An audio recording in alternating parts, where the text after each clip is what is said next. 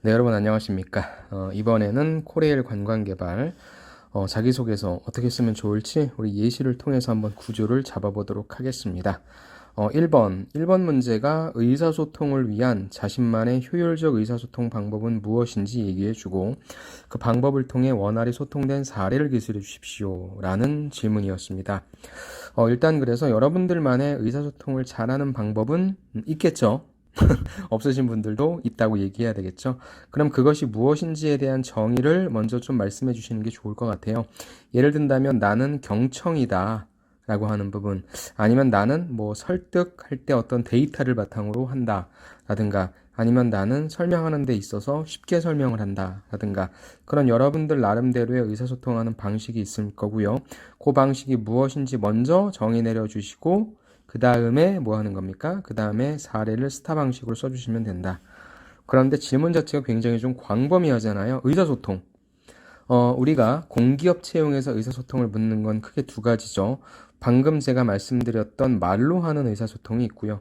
그 다음에 글로 하는 의사소통도 있습니다. 그래서 여러분들이 말은 내가 어떻게 하고, 그 다음에 글은 내가 어떻게 하는지를 또 나눠줄 수 있다면 좋겠죠. 근데 글자 수가 많지는 않기 때문에 또한 제가 지난번 첫 번째 시간에 말씀드린 것처럼 이 자기소개서는 그렇게 중요할 것 같지는 않아요. 여러분들이 어느 정도만 써내면 될 것 같으니까 너무 그렇게 부담 갖지 마시고 말이 됐건 글이 됐건 그런데 여러분들이 만약에 승무원이다, 승무원 쪽에 지원하신다라고 하면 글보다는 말이 좋겠죠. 친절한 말투, 상냥한 말투, 상대방을 항상 이해하려고 하는 그런 노력, 이런 부분들. 그런데 여러분들이 예를 들어서 어떤 기획 쪽이다라고 한다면 저는 이쪽 글 쪽도 맞을 것 같습니다. 아무튼 여러분들이 가장 중요한 것은 어떤 식으로 하는지에 대한 두 가지식으로 말씀해 주시고 그 다음 여러분들의 사례를 말씀해 주십시오.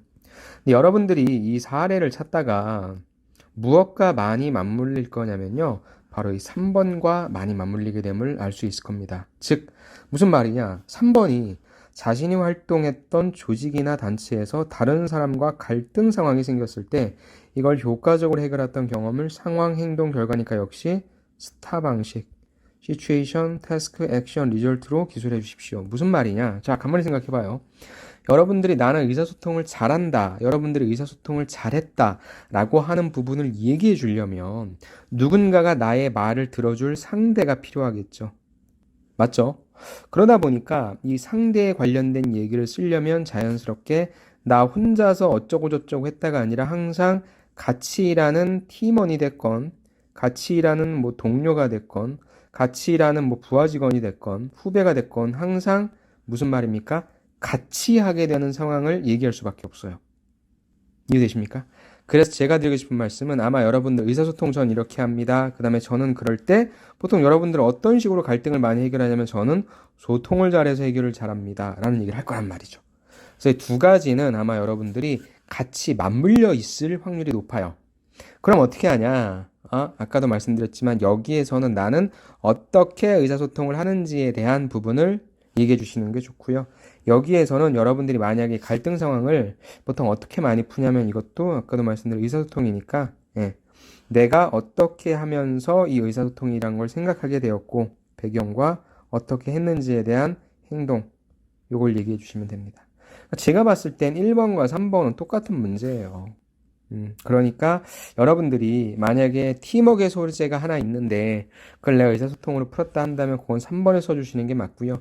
1번에다가는 팀워크가 아니지만 여러분들이 보이지 않는, 나타나지 않는 상대를 설득했거나 설명했거나 하는 경험을 써주시면 되고요. 그래서 저는 여러분들이 학교에서 했던 팀 프로젝트 같은 건 있을 거잖아요. 그래서 그런 거 같은 경우에는 한 3번에다 써주시고요.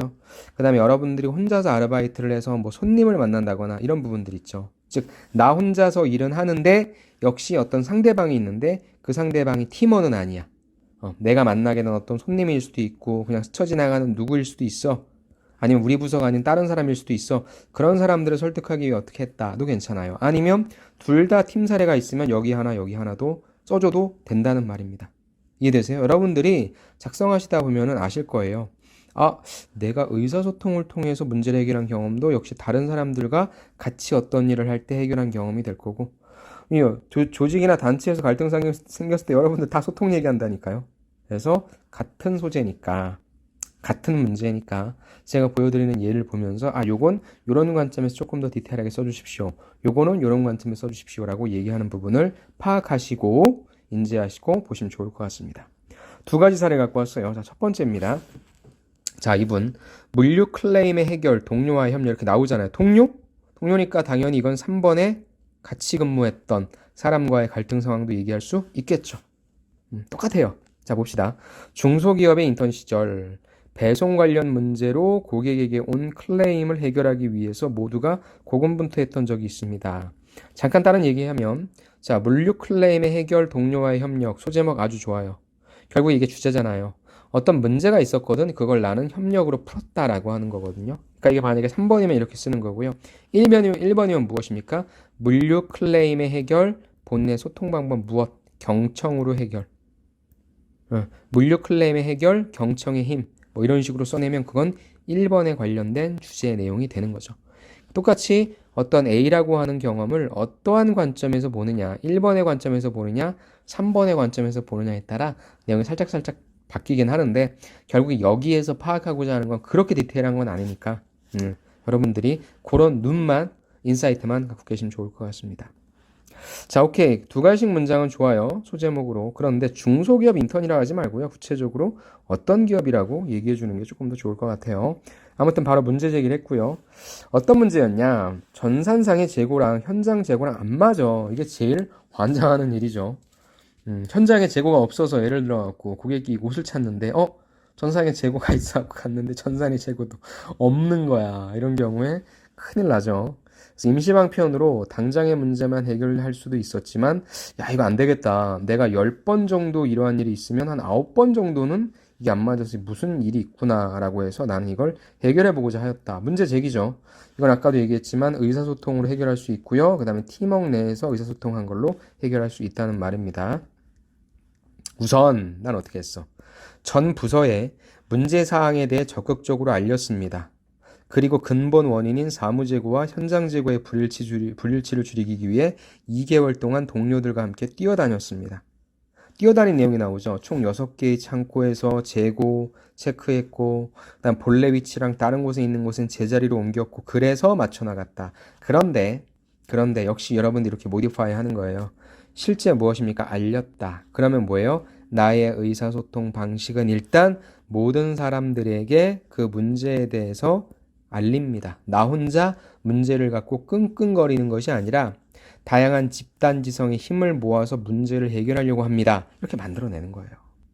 또한 여기 이제 나오잖아요. 현장과 사무의 소통 부족을 개선하기 위해 함께 노력했다.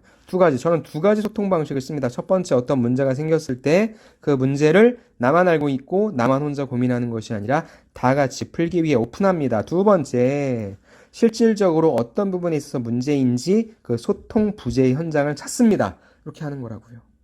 그래서 기존의 방식에 문제가 발생할 때마다 즉각 알려. 그래서 피드백을 받아라.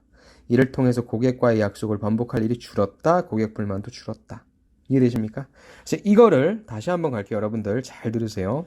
아까도 얘기했지만 내가 이거를 의사소통, 나만의 의사소통 방식으로 문제를 해결한 경험이다 라고 한다면 저는 일단 의사소통을 모든 사람들과 함께 문제를 공유하고 그 문제를 찾기 위해 안 되는 부분에 있어서 소통하기 위해 열린 커뮤니케이션을 합니다. 이렇게 만들어내는 거예요. 그래서 이 사례를 이렇게 좀 적어내면 되죠. 그런데 만약에 여러분들이 이거를 3번에서 자, 갈등 상황이 발생한 거예요. 아니 왜 재고 쪽 그러니까 전산상의 재고랑 현장의 재고랑 달러 이게 왜 값이 왜 달라진 거야? 왜 틀린 거야? 라고 봤을 땐 무엇입니까? 현장과 뭐 예를 들어서 전산상에 있어서의 소통이 잘 안 됐다라는 거죠. 요거죠. 요 부분인 거죠. 그래서 여기로 바로 오는 거예요. 그래서 그 문제를 해결하기 위해 문제를 분석했더니 이쪽에 소통이 잘 안 되고 있었다. 그래서 문제가 발생할 때마다 이런 사항, 피드백도 받았다. 그럼 어떻게 사항을 알렸고 어떤 피드백을 받았는지를 디테일하게 쓰면 이것도 3번이 되겠죠. 이해되셨죠? 자, 또 하나의 사례 볼게요. 이제 결론이 나옵니다. 그래서 조직 생활을 하다 보면 언제든 예상치 못한 상황인데 그때마다 다 나왔죠. 동료들과 함께 소통하고 협력하면서 목표 달성해 나가겠다. 그래서 1번과 3번 여러분들 머릿속에 떠오르는 소재가 있으면 요걸 내가 의사소통 방식으로 조금 더 구조화시켜서 써야 되겠다. 아니면 그것보다는 그냥 팀 내에서 소통을 하기 위해 어떻게 했다. 라는 부분으로 써야 되겠다. 잡힐 것 같습니다. 하나만 더 볼게요. 자, 본인은 이렇게 쓰는 분 거의 없는데 본인은 타인과 소통할 시 의견을 존중해주면서 대화를 이끌어 나갑니다. 이게 뭐예요? 본인만의 소통 방법이죠. 나는 의견 존중해줘. 자, 중학교 때부터 반장을 해오며 친구 및 선생님들과 소통.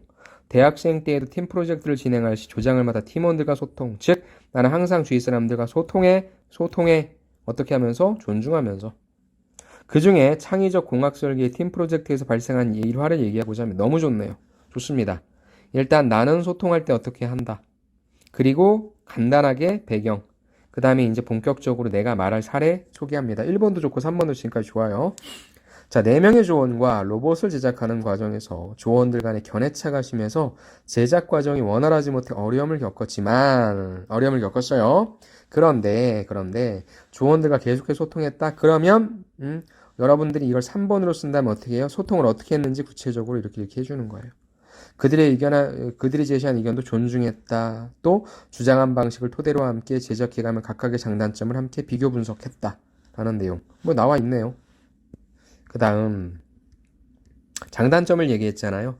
장점은 칭찬하면서 하나의 의견으로 종합하려 했고 단점을 발견했을 때는 의견을 존중해주면서 해결책을 제시하며 이견을 조율해나갔다. 즉 장점은 의견에 넣으려고 했고 단점은 이견이라고 하는 게 있으니까 조율해나갔다. 그 결과 우리는 모두 원하는 로봇을 제작할 수 있었다. 야, 이거는 1번도 좋고 3번도 다 쓸 수 있는 너무나 잘 쓴 소재네요. 그래서 이제 클로징으로 오는 거죠. 땡땡에서도 본인의 의사소통 능력을 바탕으로 협력업체 근로자들과 함께 업무를 진행할 때 그들의 의견 존중하겠다. 소통 방식이죠. 유기적으로 소통하겠다. 그래서 업무 잘하겠다. 이해되십니까? 두 번째 사례가 너무 좋네요. 두 번째 사례는 여러분들이 이 사례 그대로 좀 가져가셔도 좋을 것 같아요. 그래서 보세요. 이게 1번처럼 너는 어떻게 소통하니? 나는 의견 존중하며 소통해. 그랬던 사례. 3번, 너 다른 사람들과 문제 생겼을 때 어떻게 그거 문제 해결해? 나는 의견 존중하면서 해결해. 귀에 걸면 귀걸이, 코에 걸면 코걸이 똑같습니다. 그래서 저는 여러분들 1번과 3번 작성하실 때 이 두 번째 사례 있죠. 이 사례의 틀로서 가져가시면 되겠네요. 첫 번째 주제부터 먼저 말씀해 주시고 그 다음에 그렇게 여러분들이 이런 소통 방법 하게 된 배경 말씀해 주시고 그리고 사례, 스타 방식으로서 사례 쭉 내려오시고 마지막에 클로징 지금 제가 지원한 코레일 관광개발에서도 다양한 사람들과 같이 일을 하게 될 텐데 그럴 때마다 저만의 소통 방식인 땡땡을 바탕으로 해서 소통 잘하도록 하겠습니다. 와 같이 만드시면 좋을 것 같습니다. 그리고 요게 제가 최근에 해드린 한국관광공사 있잖아요. 공기업은 이런 걸 참 좋아해요.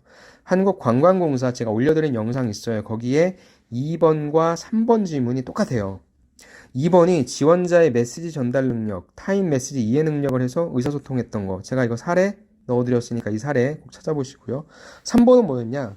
지금까지 경험 중 2명 이상이 공동 작업하면서 너 뭐 했냐? 물론 여기에는 어떤 갈등이란 건 나오지 않았지만 여기에서 지원자의 역할 또 역시 소통을 원활히 했다 이런 얘기도 나올 수 있잖아요. 그래서 2번과 3번이 각각 의사소통과 역시 협력, 팀워크를 하기 위한 협력 이 부분에 대한 내용이 그대로 문제가 똑같기 때문에 여기 있는 사례도 제가 올려드렸으니까 추가적으로 이 사례도 꼭 보시고 작성을 해주시면 좋을 것 같습니다. 자, 그래서 오늘